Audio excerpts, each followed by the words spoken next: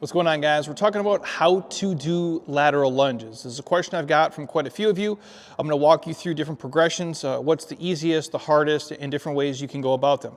Now, if you're super tight, you don't have a ton of great mobility, not even taking the steps is probably the easiest way to start. And first of all, before we even get into the movement, the lateral lunge, like any of these patterns, it's going to be hip dominant. So what I mean is we're not just stepping to the side, just like a squat. We're not just plopping down.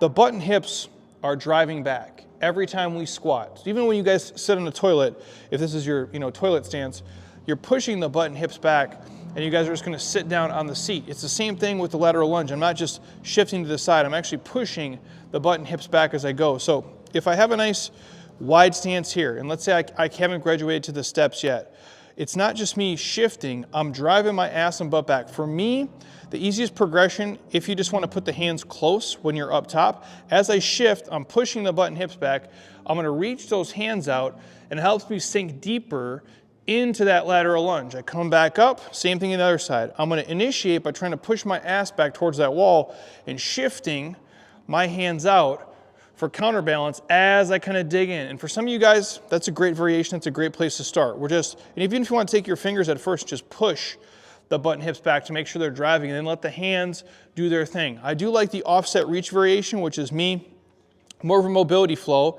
I'm just reaching across the body and touching. You'll notice the butt and hips are going to shoot back when I do that. So I'm reaching, but again, I'm driving the butt and hips back as I go. If you guys really struggle and that's even tough for you, maybe at first you just come down and you just walk the hands across. And it's more of just almost like an active stretch, but really try to focus on dropping your butt and hips as you go. If you're super tight, you guys might have to even come down, let the foot come up, and just keep it almost like a joint juicing as you're kind of flossing the quads and hamstrings. But in a perfect world, you're just going to mimic the pattern from here. Now, if it's easy for you guys to really shift and dig down, the next progression would be the feet are going to be together. Again, same thing. I'm going to step into the right, but push the butt and hips back as I come down. Same thing the other way. I'm stepping, but being mindful of I'm driving the butt and hips back as the hand reach. So you guys are in an alternating pattern. If you really want to obviously tax a leg,